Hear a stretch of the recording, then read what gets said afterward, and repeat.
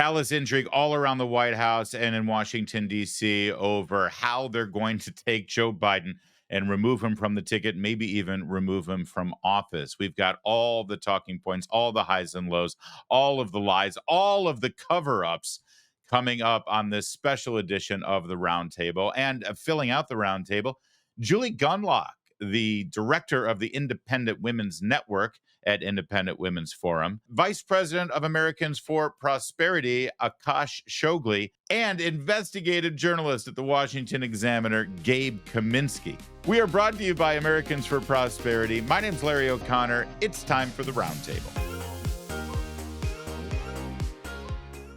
And we begin this week, as we always do, with a clip from This Week on the Hill, Salem News Channel. This time it was Chip Roy saying out loud what all of us are thinking and what highly placed members of Congress and the president's cabinet should be saying. Chip Roy. First, let me just state facts and make some certain things clear. First, I think all of us who love America and want to restore freedom want President Trump to win this fall. I think all of us take no great joy in recognizing what is very clear for everybody, unfortunately, in the entire world now, is that our current president does not have his faculties and cannot, I think, carry out the powers and duties of the office. That is why the 25th Amendment exists. I believe it is incumbent upon us to recognize that and to pursue protection of our own country with 200 days at a minimum remaining in President Biden's administration. He carries the nuclear codes. He makes decisions about our safety and security. He is the commander in chief. He is the one negotiating with countries. He's engaging in Ukraine and talking to, and with Russia and China and the Middle East and Iran and Israel. He's making terrible decisions about Israel right now. He is very clearly diminished. And Tony, this is the important part. Anyone with eyes saw what we saw. The president is not there. I can't take no great joy in it. So I introduced a resolution. By the way, Congress can't do anything, okay? All Congress can do is introduce a resolution and simply stating that fact. The vice president has to act. Vice President Harris would have to call the cabinet together, have a majority of cabinet join her in asserting the 25th Amendment, that the president can't carry out the powers and the duties of the office. All I did was introduce a resolution saying that that is what should occur. Some people understandably are concerned that that might interfere with what is clearly now a bolstering strength for President Trump versus a very weakened President Biden. I understand that. But let's understand this. I think President Trump would be equally or even stronger against the non-incumbent, in truth, Kamala Harris, even if she were to be put in place. And more importantly, we have a constitutional duty to make sure that we don't have a president who is undermining our national security while he has no faculties there. Akash, if the 25th Amendment doesn't apply to what we're seeing play out right now, what does it apply to? Have we seen enough here to trigger such a drastic move? Yeah, I mean, people are obviously right to question President Biden's capacity or lack thereof. Ultimately, what Congressman Roy was saying is that this decision has to be made within the administration, cabinet officials, the vice president. And so I think for us to sit here and say they should or shouldn't do that, I don't think is terribly useful. I think there are real questions at stake. And I think the American people ultimately are going to be the ones who decide the direction of this country. Now, whether it's President Biden or it's somebody else on the ballot for the Democrats this fall, I think is very much an open question at this point. But what Chip Roy alluded to is the fact that no matter who is in the Oval Office, the decisions coming out of this administration have been an abject failure across the board with foreign policy, domestic policy, economic policy. And I think the American people are ultimately going to be the arbiters of the change of direction that this country badly needs in November. Yeah, Julie, that absolutely, this November's election has gotten even much more important since the debate last week. But can we get there with this commander-in-chief? Can we get there with this CEO? I honestly, I'm so glad that Chip Roy is out there and being honest about this. I am really afraid. I'm not just afraid for another Biden administration and the policies that are going to come out of a lame duck president at that point. I'm really afraid for the next several months. I mean, China is watching. Our enemies are watching. Russia is watching. This is a scary time.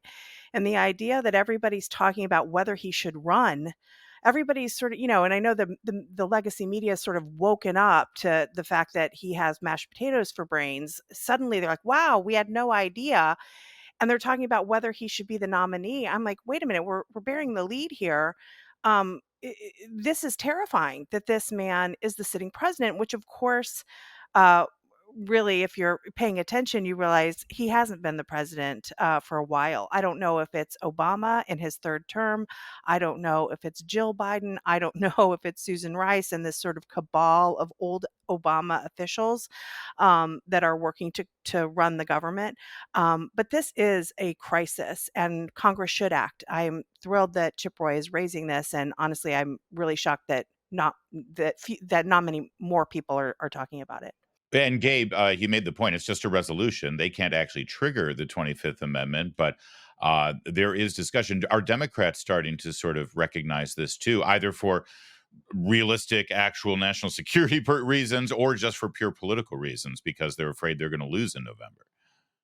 Yeah, what I was going to say is, I mean, that Chip Roy would be calling on Biden to be impeached is completely unsurprising, right? Republicans for years now have been raising concerns over Biden's mental faculties and whatnot. But there are House Democrats who are reportedly circulating letters that would be going around. I mean, it'll be interesting to see if that comes to fruition. There's several Democrats right now, actually any lawmakers who are talking right now to the media, it's all on background because presumably they're trying to feel the temperature around to see if it's either advantageous or they're able to they're going to feel comfortable speaking, publicly about the president. So.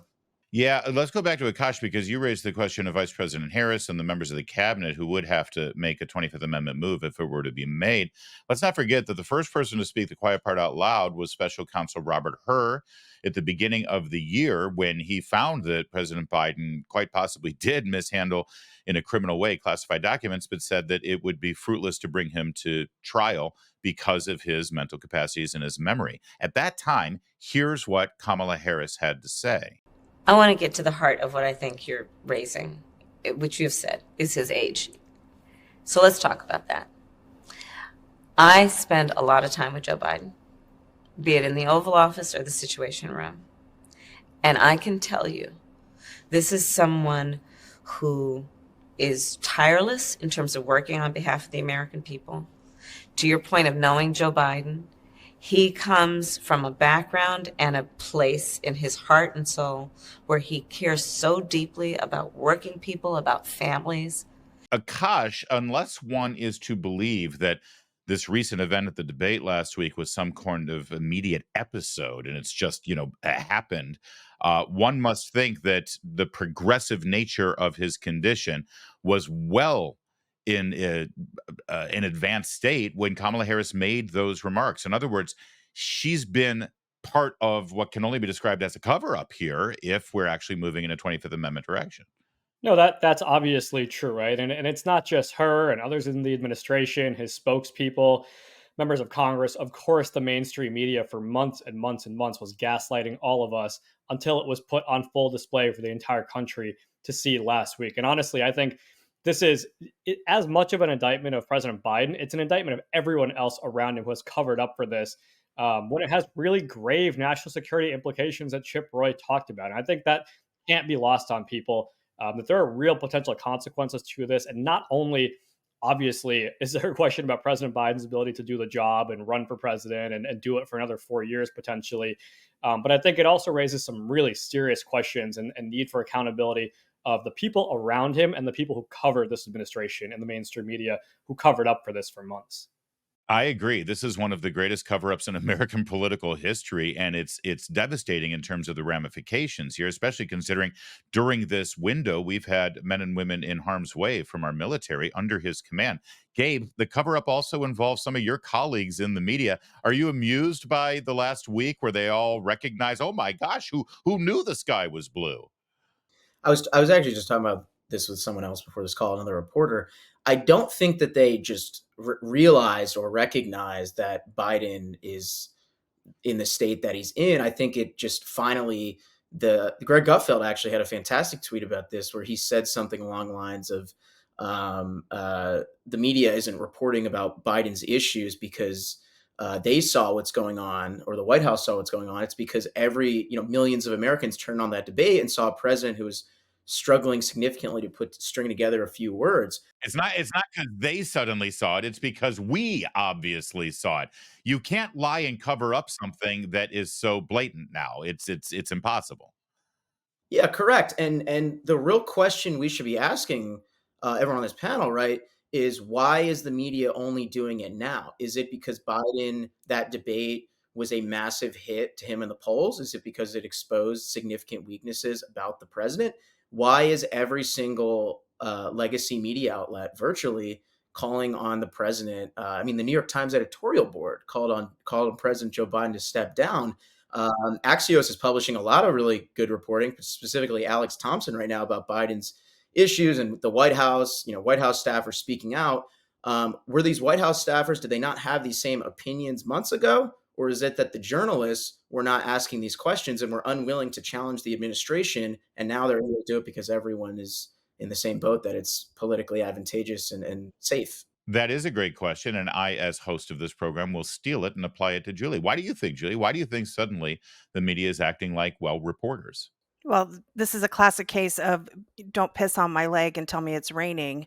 They know that, look, trust in the media. We can look at the polling. Trust in the media is at an all-time historic low. Nobody trusts these guys. They know they're being lied to. And so now they're having to sort of shift. And we're seeing, as Gabe mentioned, he mentioned Axios and Alex Thompson.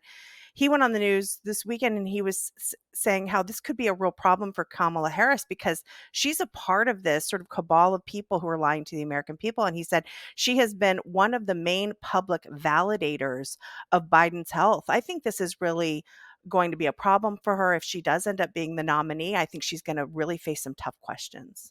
I think you're right. And I'll sum it up with this. I'll answer my question. I think that the reason they're now coming out is because Joe Biden's candidacy in 2020 and his presidency has served, only one purpose, and that's to stop Donald Trump. And it's not just good enough that you keep him from winning re-election in 2020, but he also had to use his presidency to destroy Donald Trump, to convict him, to put him behind bars, and to end his political career. He failed at that. And after the debate, it looked as though he would actually serve to allow Donald Trump to win election this year. As soon as he no longer served that purpose, he has to go. And so the media, they're saluting smartly and charging up that hill. And I can only say the next few weeks is going to be pretty amazing and historic to witness. For 2 decades, conservatives have chosen to partner with Americans for Prosperity to expand freedom and opportunity. AFP's grassroots movement has been delivering real, tangible results at the local, state, and national level to improve the lives of millions by lowering taxes, removing burdensome regulations, and expanding school choice, just to name a few. With more than 4 million advocates and local offices across the country, Americans for Prosperity is the largest, most effective grassroots organization in America.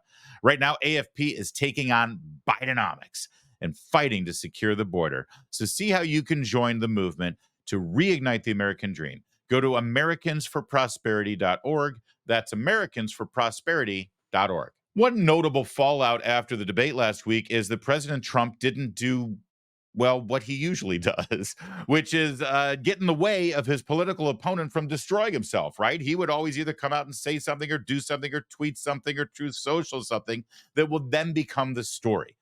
He was pretty quiet. He was sequestered. He was like Joe Biden at Camp David, taking a nap. But we did get a glimpse of Donald Trump's opinion of the last week's events, a viral video surreptitiously recorded of him on the golf course. Take a look. You gave me so much. How did I do with the debate the other night? Oh, fantastic. He kicked that old broken down pile of crap. Yeah. It's a bad guy. He just quit, He's quitting the race. Is that right? Yep, I got him out of the race. And that means we have Kamala. I think she's going to be better. She's so bad. She's so pathetic. It's so amazing. It's just so fucking bad. So I just can't imagine. But can you imagine that guy dealing with Putin and the president of China, who's a fierce person? He's a fierce man, a very tough guy. And they see him, they can't. But they just announced he's probably quitting. Good. Yeah, that's amazing. Just keep knocking him out, right? Thank you. There's so much about that I love. And I don't know, Barron is always so stoic He's such a witness to these events around him. I always want to tap into his inner thoughts. Akash, I think it's notable that the president is a pretty good tipper for his caddies on the golf course. And if he's elected, those tips will be tax free. But are there other things to take away from this video? Yeah, I mean, frankly, the biggest takeaway is what you open the segment with, which is the extent to which he has just kept his mouth shut for the last 1 week. As you've noted, the worst thing that he could do is put his own foot in his mouth and say something outrageous and really turn off independent swing voters who were turned off by President Biden. Ultimately, they are going to be the ones who, in some respects, decide this election. Those are folks that he won in 2016, but then lost in 2020 across all these states. If this is an election about them being reminded of Trump's character and his comments and his tweets, well, then he's not going to be in the kind of advantageous position he's in. If it's an election about Joe Biden's fitness and the Democrats' policy record, then I think the Republicans and President Trump are in a great spot. And I think the extent to which he can kind of just ride this wave and not say too much, I think we all kind of agree with what he was saying. But I think the extent to which that can go unsaid and let the Democrats' nightmare speak for itself will serve the Republicans best. Well, yes, yes, and yes. Although I just want to follow up with you directly, Akash, because if this is the only thing that we see from him, I think this also actually reinforces an important thing for those independent voters, because everything they are seeing from Joe Biden's people, Kamala Harris, some people in the media, is a lie. They continue, as Julie pointed out in the prior segment, tell us it's raining when something very distinctly different is happening to our leg. This clip is so genuine and real, and he's saying what everybody's thinking. I think that actually does speak to some of those independent voters that would like some sincerity now and again. No question about it. It's a pretty straightforward, response, right? Obviously, he was kind of confronted with a question, and it was shooting from the hip, so to speak. And I think it, like you said, the words kind of speak for themselves. He kind of had the same reaction as average Americans would, both to President Biden and to the prospect of Vice President Harris, which is frankly that neither of them are even remotely prepared to be president for the next 4 years. Yeah, and Julie, it's notable that because a lot of the smart set, the people in this town, the conventional wisdom, think that Kamala Harris is a very formidable opponent to Donald Trump. He doesn't seem very concerned about that. No, he's not. And honestly, my favorite part of that video, of watching the reaction to that video, is some people thought, oh, this is bad. This is really bad. I was loving it. And, I think earlier this week, you might have tweeted out a picture. It might have been you, of a man duct taped entirely to a wall. And the only thing that's showing is his eyes. And someone said, whoever did this to Donald Trump, deserves an award. And that is what made it so great, is because he has been silent. He has been quiet. He's sort of, he's given Biden the rope, and Biden's been hanging himself, and he hasn't said a thing. And so then for the only thing you see is that reaction that really, as you said, very, a reaction that all Americans can relate to or might be feeling. I think it was very effective. I don't see anything hurting him with this video. It's very rare that I can see a man, a multimillionaire on a golf course, handing out hundreds as a tip to his caddy, and I actually find the video relatable. But Gabe, I related to that. That could have been me, except for all the money and the leisure time. Gabe? Yeah, look, as far as that video, I truthfully viewed it as a pretty massive nothing burger. I think that it's equivalent to pretty much adjacent to things Trump's already putting on Truth Social, or often. He used some foul language, whatnot, but the real focus is on Biden. It's Trump could, maybe 5 or more of those videos with a little more vulgar language could be an issue for Trump. But the real focus continuously in the days is just going to be Biden. And the Stephanopoulos interview, how's that going to go? That's going to be a huge question. Yeah, I'll say. In fact, Gabe, I'll follow up with you on that, because everyone's pointing to the Stephanopoulos video as this could be a make or break moment. It's noteworthy, isn't it, that this is going to be edited and produced. We're going to see of Joe Biden what George Stephanopoulos and ABC News wants us to see. Do you think that they could be compelled, considering the gravity of this moment? Will they be compelled to release the unedited video? Do you think they ever would? Well, I think they have a huge ethical obligation to do so. This charade cannot go on. I think it's gone on for a very long time, that the White House and legacy media outlets, CBS, 60 Minutes, they have continuously either shielded Biden from the public or put out selectively edited clips that conservative media, places where I work, like the Washington Examiner, the Daily Caller, we try to raise concerns over these things, and we've long been sort of lambasted for having the gravitas to even remotely question some of these clips being put out, or how, and the White House, the cheap fake stuff. The New York Times, the same editorial board that is called on the president to resign, they were publishing stories. The New York Times was claiming that conservative media outlets, or the RNC specifically, Jake Schneider at the RNC was putting out like cheap fakes or like phony content. Doctored out of context videos that the New York Times actually then referenced as evidence as to why Joe Biden should no longer serve. Akash, final word on this. Of course, the parlor game in D.C. is who will be on the ticket if it's not Joe Biden. From your perspective, does it really make a difference? They're all going to have pretty much the same destructive policies for our economy, for regulations, and for basic freedoms. That's exactly right. I think there's two important things to take away. One, yes, is Kamala Harris an absolutely horrendous politician? She is. But I wouldn't be so sure she's going to be an even easier out than Joe Biden would be, right? You will see Democrats rally around her. You'll see the media rally around her and do a million stories about how she's this iconic, like glass-shattering candidate and all this stuff. And so you will see this rally around her effect. But ultimately, to your point, Larry, she or Biden or whoever is on the ballot is defending the same horrendous policy record that has prices up 20% since the Democrats took over in January of 2021. That is indefensible, regardless of whose name shows up on the ballot. Yep, and coming off of the most expensive July 4th holiday in American history, it will continue always, no matter who's on the ticket, be about the economy. Stupid. I personally have nothing against MSNBC. Listen, they are who they are, and they say who they are. They're advocacy media for the political left, in this case, the Democratic Party in America. That's fine. I'm the opposite. But I tell you who I am, and my colleagues tell you who we are. That's fine. It's the other media that I don't like, where they pretend like they don't have a dog in the fight. They pretend like they're unbiased.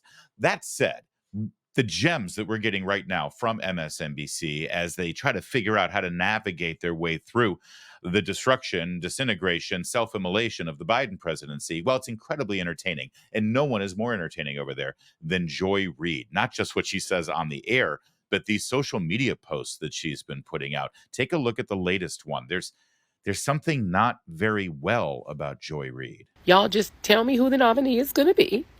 Let me know when you guys are finished fighting amongst yourselves who I got to vote for in November to keep Hitler out the White House. That's all I want to know. Who I got to vote for to keep Hitler out the White House. Y'all do your thing. Play in traffic all you want in front of these Republicans, acting a fool in front of these people instead of privately declaring your stuff. But don't text me no more, because I'm not taking no more of these texts. Just let me know when you guys are finished figuring it out, Democrats, because I know y'all the freak out people. Go ahead and freak out. Have your conversation, and then let me know who I got to vote for to keep Hitler out the White House. That's it. I'm done. Oh, and by the way, if it's Biden in a coma, I'm going to vote for Biden in a coma. I don't even really particularly like the guy. A lot of his policy, don't like him. He's not Donald Trump, right? Yeah. Hitler, White House. We keeping him out. Okay, Julie. I mean, there's a lot to go with there. Hitler in the White House. I don't care if Biden's in a coma. I'm still going to vote for him. What to make of this? Yeah, first of all, that was like a jump scare. Literally, I got spooked when we went to that clip because she is so crazy looking. She does not look well. I do have to say, can I just take a moment and be a girl and be kind of a mean girl here? I love that after that viral video of that guy calling her Trump for having blonde hair. She had, because she switched her hair to blonde hair and it looked like President Trump. I love that she shaved her head because it clearly bugged her because she was kind of sporting a Trump look. Joy Reid is so crazy, but it's actually good that Joy Reid's out there because we need to be reminded of how radical the left has become. She actually does represent a segment of the Democrat Party and of the extreme left. They exist. They think this way, or rather they don't think this way. They will do whatever they can. They're obsessed with Trump. I always feel like that she's also a good reminder of the Never Trump crowd, because there are people who consider themselves Republicans or consider themselves conservatives or neocons, whatever you want to say, that have these same feelings. Whatever it takes, we will take the man in the vegetative state. We will take Kamala Harris, who doesn't have two brain cells to rub together. So she again serves as a good reminder of what we're up against. But Akash, to be fair, if the roles were reversed here and the Democrats nominated a candidate that I found so dangerous and so odious and so antithetical to what America stands for, which is what they think of Donald Trump, I'd be okay voting for somebody in a coma too. I mean, this is sort of where we are politically in America. Yeah, I mean, she's obviously very, very hyperbolic and is just kind of a crazy person the way she goes about things and how she says things. But a lot of the country, frankly, falls into camps exactly like you're describing, right? Which is that they are just like reflexive partisans, not necessarily because they love their party, but because they despise and fear the other party. That is what it is. It's highly unfortunate. There's far, far too much power and authority and, frankly, fear vested in the executive branch. It's a much larger conversation about our constitutional form of government. And it's ironic that every time the Supreme Court steps in to reduce the power of the executive, like they did striking down Chevron deference, for example, last week, you hear people criticize the Supreme Court for that. That decision made Donald Trump and his administration less powerful, so they should be applauding it. But the fact of the matter is, ultimately, this election will be decided by a very small number of swing voters, independents, moderates. And again, to the extent this election is about Joe Biden's track record, his policy record, and prices being 20% higher than they were when President Biden took office, people are not going to care about things that President Trump said or tweeted 5 years ago, when that's kind of what they're dealing with today. Akash, I'm so glad you brought Chevron up because I missed having a conversation with you last week about it when the decision came down. And it's rare that I get somebody as smart as you from AFP to talk about it. That is sort of the biggest story, actually, of the entire Supreme Court session, even setting aside the immunity charge. What it means is, you're right, it weakens the power of the presidency and the executive branch and the administrative state. But the legislative branch has to step into that void. Do you think Congress is able and equipped to actually do the job they were designed to do? Because they've been very happy to stay hands off and let the administrative state take over. They may not, and that's because the muscle memory has disappeared, right? And that's why it's so important for conservative organizations and think tanks and grassroots like AFP and reporters like Gabe and the work that Julie does at IWF. It's so important for the movement to step up and inform members of Congress, inform voters, inform their staff, because their responsibility now falls into their shoulders. And I think it's an enormous step in the right direction, that the people who should be making laws are lawmakers, not faceless, unaccountable bureaucrats or the executive branch. That's not how our Constitution was decided. And hopefully it makes people like Joy Reid less terrified of the prospect of somebody that she doesn't like becoming president at the end of the day. I don't know. It sounds pretty anti-expertise to me, Akash. Gabe, I'd like to ask you, not as a journalist, but as a member of your generation, do you and your colleagues or your cohorts of your generation sort of look at a presidential election from the perspective of, I don't care who the nominee is, I'm voting for this party with these policies, like we just saw from Joy Reid? Or is it really quite a bit about the person, him or herself? So my thought about Joy Reid's comments is actually that they're reflective of just elite DC conservative or liberal on the other side. So Joy Reid is, I think, just speaking exactly about what Democrats in Washington believe, which is that democracy is, democracy is on the line, and if Donald Trump gets in, democracy ends and the republic ends. I don't think most Americans subscribe to that pretty ridiculous ideology. And I think, maybe in the same sense, I don't think to the same degree, but I think that Republicans in DC perhaps view it as, and maybe rightly so, but that another Biden administration would be, go a step further than being a political issue and be a really significant constitutional issue. Obviously, we still have our branches of government. Biden's issued with, all of his executive orders. Maybe that's starting to deteriorate. I mean, the DEI across every single federal agency is quite a step beyond that. But yeah, I think I don't know if it's a generational thing so much as an elite versus normal people thing. And if you look at the polls, that's reflective of it. Since the debate and Biden's abysmal performance, Trump has surged maybe 4 points or 5 points. In Washington, D.C., if they did that same poll, I don't know. I think that Democrats maybe would say they're raising concerns about Biden, but I think that when push comes to shove, they're not going to vote for the guy they view as like the QAnon J6 insurrectionist. Yeah, no, I think you're right. I think they go to RFK. I think you're right about that, and that's a really good observation. Because I think it's that debate lost in the shuffle is not just that Joe Biden had just a Titanic meets the Hindenburg kind of night, but also Donald Trump had a very good night. He was actually very strong. He was very articulate. He was very disciplined, and he actually advanced ideas. I'll answer my own question this way, though, if I could, at the end of our segment, which is this: ever since 2008, I think that you do see, yes, about 40% on either side of the political equation consistently voting for their party and their party's policies, regardless of the nominee. It's that 20%, the 20% that voted for Barack Obama and then voted for Donald Trump. That's the 20% that wins and loses an election. And each time, whether it was Obama or Trump, they were voting for a change agent. They were voting for somebody who was going to go in and shake things up. At least that's what they told us. And that's probably what this election is going to be about, too. But you know what? I'd love for you to answer our question. Go ahead and do so in the comments section. Do you vote for the party? Do you vote for the policy? Or do you vote for the person and his personality? Let us know. Love to see it. A lot of people are wondering whether Joe Biden is going to be able to make it on the ticket to November, or for that matter, even continue to finish his first term as president. Who's going to make the decision? Will it be Barack Obama? Will it be the Clintons? Will it be Chuck Schumer and Nancy Pelosi and Hakeem Jeffries? Will it be Jill Biden and Hunter Biden? Maybe Commander the dog will have a say in it. Well, if you're really paying attention, ultimately, the most powerful people who would have an influence on this decision, none of those people. It's the donors, the big donors, the mega donors, the people who either have the money or raise the money to keep the party and all the political action committees going. Ari Emanuel is a major mogul out of Hollywood. He's the brother of Rahm Emanuel. He's one of those big donors. And earlier this week, he spoke at the Aspen Ideas Festival, and he is not very happy about what's going on with Joe Biden right now. Take a look. He's telling us malarkey. His people are telling us malarkey. But we're in a very bad problem. He is not the candidate anymore. I mean, if you all remember, this is a legal issue now.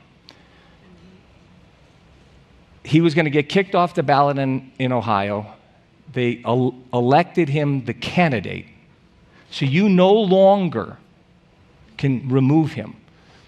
In 3 swing states, Wisconsin, Pennsylvania, and Michigan, there's only one Democratic Congress, Michigan.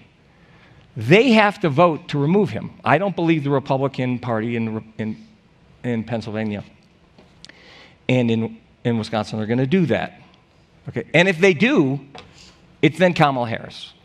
We don't have. This is legal. So lawyers have to look at this, and everybody says, well, get rid of them and brokered convention. No, I promised myself I wasn't going to swear. So this is a pickle. The lifeblood and I have a brother who's a politician. He's an ambassador, as it said. The lifeblood to a campaign in politics, the lifeblood is money. And maybe the only way this gets, with smart lawyers looking at it, is if the money starts drying up. And I'm assuming all of you've gotten a lot of calls. I've gotten a lot of calls. We've all sat there. I talked to a bunch of big donors, and they're moving all their money. I mean, I cannot believe we're in this situation. Man, that's just devastating for the Biden campaign and for Democrats in general. Akash, that anyone who pays attention to American politics knows that man saying that in that setting, that's going to get things moving. Am I wrong? Yeah, I mean, we've seen a lot of that kind of thing, right? Whether it's donors or it's members of Congress who were first doing it off the record or on background behind the scenes. Now they're coming out publicly. The media, as Gabe mentioned, obviously, after months and months and months of gaslighting us, all of a sudden, every single outlet is calling on Joe Biden to step down. He had that conversation with governors the other day. And I believe the governor of Hawaii, who's a Democrat, obviously, is a doctor. And he was very concerned by what he heard from President Biden. So they are in a real pickle. But here's the thing, Larry, the reason they're in a pickle isn't just because of Joe Biden's situation and how the convention rules and the party rules work. The reason they're in a pickle is because the president and their nominee can't do the job. the immediate successor can't do the job and is super unpopular. And we go back to the prior point, which is that no matter whose name is on the ballot, the policy track record is an awful one and it's super difficult to defend. And so ultimately, they're going to be swimming, upstream. They're climbing uphill regardless. And this whole situation just makes it all the more difficult for them to do so, on top of having a policy record that has raised prices 20% for the average American family. What do you make of the legal question here? Because I haven't researched this. I've got emails out to election law experts like Hans von Spakovsky and Christian Adams to sort of verify. But I think he knows what he's talking about with regard to Wisconsin, Michigan, and Pennsylvania. That it will take an act of those state legislatures to actually modify the ballot. That, as he put it, that is a pickle for the Democrats. They don't have much of a choice here, do they, Akash? So that's the first that I've heard of that. I know that there's that issue with Ohio, but the party was going to try to resolve that by doing their formal nomination sooner than whatever that deadline was for the state of Ohio. I do know one of the constraints, should he step aside, is with the dollars, which is that if Harris steps up and becomes a nominee, those dollars can stay because she's already on the ticket. But should they desire to remove her from the ticket, that creates an enormous problem, not just logistically, but also financially as far as where the money flows. And so I think, as mentioned, they have a number of problems that they're potentially confronting here, and that's just one of them. Yeah, I think one of the reports from Axios this week said that some of the big donors are asking if they can get a refund, and Julie, they can't.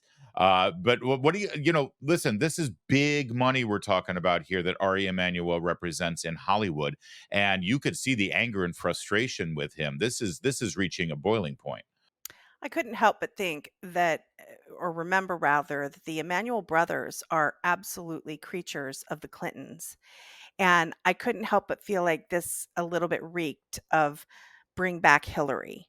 And in some ways, that solves the fundraising issue, um, because she has a machine and the Clinton family has a machine. It is not a problem for them to raise money. So if they lose that money that is allocated to the Biden candidacy and will go to Kamala, I think that the Clintons can make that up. So I I- anytime I hear the Emmanuel speak on any of this stuff, I think Hillary's behind it. That is mind-blowing insight, Julie. You're right. They are Clintonistas to the core. So yeah, so that's the play. All right, Joe and Kamala, you can keep all the millions you've raised, divided amongst yourselves, go retire. Hillary comes in at the convention. Gabe, please stop me before I come up with another conspiracy theory. I kind of want to respond to the comments from that, just about the donor and like whether Biden will continue in the election. I don't think donors are going to decide whether Joe Biden stays in this race. It's going to be Joe Biden. It's going to be Jill Biden. It's going to be Anthony Bernal, Jill's senior advisor. It's going to be Biden's closest confidants.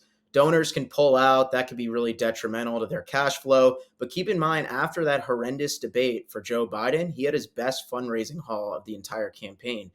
There's a huge grassroots base for Joe Biden still. Maybe that'll dry up. I'm not sure. But I think what is going to decide this is going to be, whether someone who worked their entire life to become president is going to be willing to step aside, and whether his wife is going to allow him to do that after, sort of accompanying him for this entire mission. I mean, remember after the debate, this was the greatest moment. Jill Biden was like, Joe, you answered all the questions. You did that. So Jill is, I think it's going to be a Biden decision. I don't think donors are going to decide. Yeah, you did. You answered all the questions. Now let's go to the Waffle House. Despite your debilitating cold, we'll go ahead and infect everyone having a late night breakfast. Akash, the money that we're talking about here, yes, big donors from Hollywood, big tech, maybe Wall Street as well. But the unions represent quite a bit of not just money, but power, influence, and organization. Is it notable that this weekend, trying to clean things up, Joe Biden's heading to Philadelphia to talk specifically to unions? He's going right back to his base. Gabe mentioned this, right? That there are there are millions and millions of people who are diehard Democratic voters. They're going to knock doors. They're going to make phone calls, no matter who is on the ticket. None more so than big labor. And so, what do you do when things get hard? You go right back to the people you can depend on. For Joe Biden, that's union bosses and the people who follow them. And so that shouldn't come as a surprise. What it should do, frankly, Larry, is reinforce for the Republicans, which is that organized labor is not our friend. I think they made a huge mistake inviting the president of the Teamsters Union to the RNC. The Teamsters fund millions of dollars worth of left-wing causes. They endorse Democrats. They are never going to be Republicans' friends, unless Republicans completely renege on like decades and decades and decades of policy commitments. I think we've painted this picture very, very clearly, and the Democrats and the unions are dug in with each other.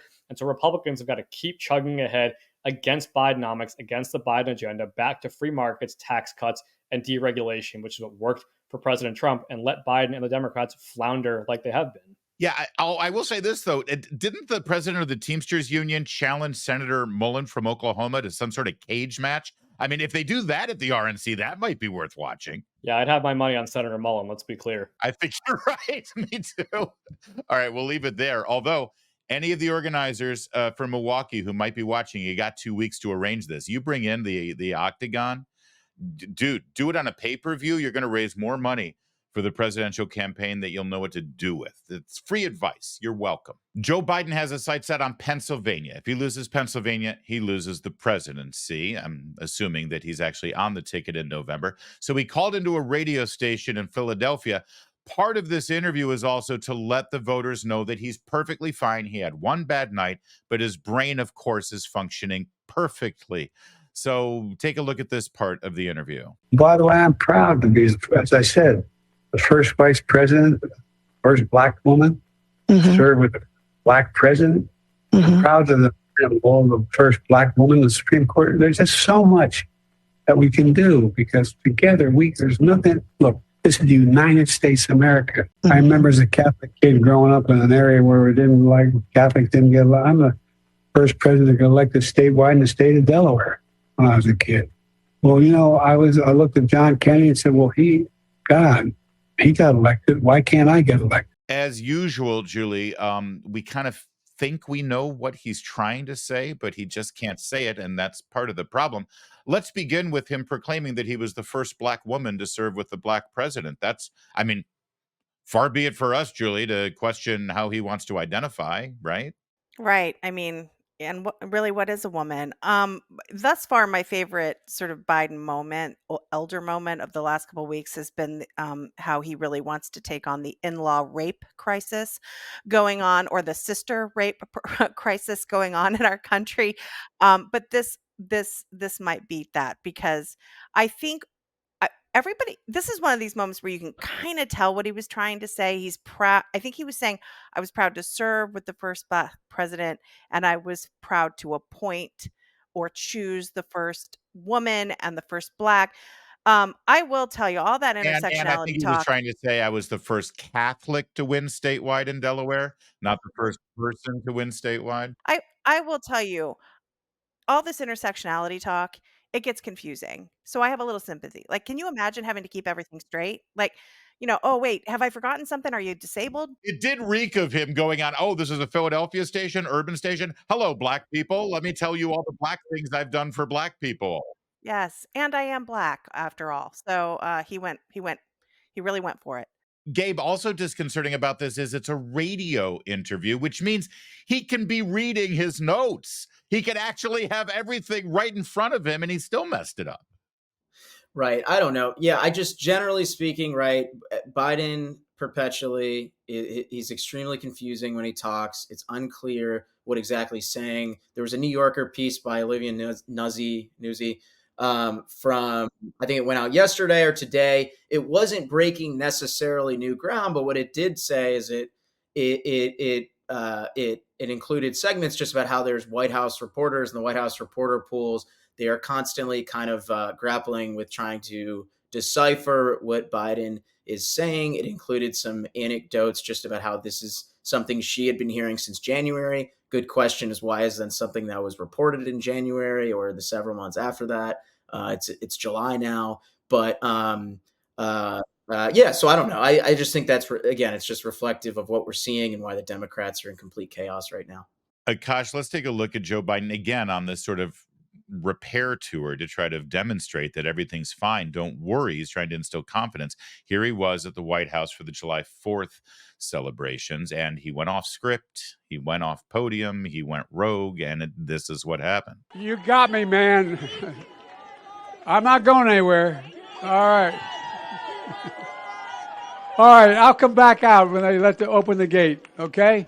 Thank you, thank you, thank you. One last thing. You know, I used to think when I was a senator, there were always congestion on the highways. There's no congestion anymore. None. We go on the highway, there's no congestion. And so the way they get me to stop talking, they'll say, we just shut down all the roads, Mr. President. You're going to lose all the votes if you don't get in. But anyway, I'll be back out. Thank you, thank you, thank you, thank you. I love you. Thank you. And we give thanks to our Commander-in-Chief, the President of the United States, the extraordinary President of the United States, Joe Biden. Ho, ho, ho.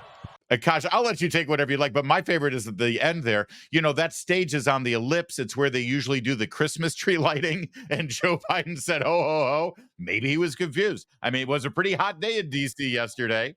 I mean, at this point, it's genuinely sad what they're doing. He's 81 years old. He has no business being pushed around on a presidential campaign or being made to make decisions like the president has to make. The only reason he's in this position is because, as you mentioned, enough Democrat voters and power brokers and donors, etc., think he was the person to stop Donald Trump. And that was true in 2020. It likely isn't true anymore. There's no reason to keep him up here, force him to do this, let him retire into his old age like anyone else his age should be doing.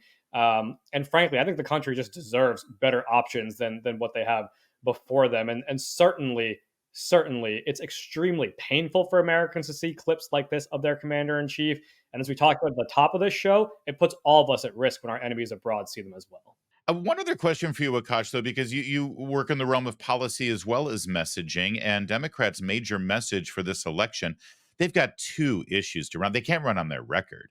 So Joe Biden and Kamala Harris, they've had two issues, abortion and the threat to democracy. So the party who's telling us that they're trying to save democracy by keeping Donald Trump from the White House, a man who just overwhelmingly won the Republican primary, they're now contemplating going into a closed chamber and a small handful of them deciding who their nominee is going to be, despite the fact that Joe Biden, like it or not, just overwhelmingly won the votes of the people. How do they sell the idea that they're saving democracy by going through such an undemocratic process? Yeah, I mean, there's no question about it, right? It's an impossible task to do. Joe Biden was very popular with Democratic voters. That's why he won the Democratic primary, and no one seriously challenged him. The other challenge they have is that their coalition is just a bunch of disparate groups that they've mashed together through a compilation of different giveaways, whether it's to, student loan giveaways to millennials, or it's giveaways to unions or trial lawyers or the environmental causes. I mean, you saw Joe Biden struggle with an attempt to make all of their various special interest groups happy in one 30-second radio clip. It's impossible to do that, not only with your policy agenda, but also in selecting a replacement candidate. And so you're seeing a number of problems facing the Democrats all unfolding all at the same time in Joe Biden's 30-second fumbling radio clip. Julie, setting aside the obvious signs of advanced dementia, there's another thing that bothers me here. Have you ever seen a first family so in love with the trappings of power? Why is he bragging about blocking traffic for his motorcade and the fact that he doesn't have to worry about traffic anymore? This is something that Americans hate. That's a central feature of the Biden family, and particularly Jill Biden. And the theory is that Jill Biden is really the one, along with Hunter Biden to some But degree. you're saying Jill, First Lady, Dr. Jill, right? Because it sometimes sounds like Joe. Yeah. Right. Sorry. Jill Biden, the wife, the doctor, I'll just call her Dr. Biden, um, is really controlling things behind the scenes. And the reason is because she loves that access. She loves, as you say, the trappings, the motorcade, the power. Vogue did a piece on her recently, another cover shot for her and an article. And the start of the article, the reporter was clearly also in love with the trappings and the way she described being in this motorcade and the power of it. And, how Jill Biden enters the building without a care in the world. I think there is some truth to that. I think that she really does enjoy this lifestyle, this power. And I think that is what's keeping Biden in place, why it appears that Jill Biden and the family want him to stay in place, because, again, they love the power. Yeah, end it with you, Gabe. I'm just curious. As listen, we've piled on quite a bit here today because this is the dominant story, and there's so much material to work with. Do conservatives in the media and also Republican politicians, do they run the risk of piling on too much that they actually turn Joe Biden into a sympathetic figure, or are the stakes just so high that there's no time for sympathy? Yes, he's old. Yes, he's got problems.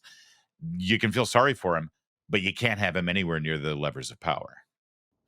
I don't think that the spotlight is on conservative media one way or the other. I think that, for the past several years, as we've discussed on this show, conservative media has reported on issues with the Biden administration, Joe Biden independently, individually.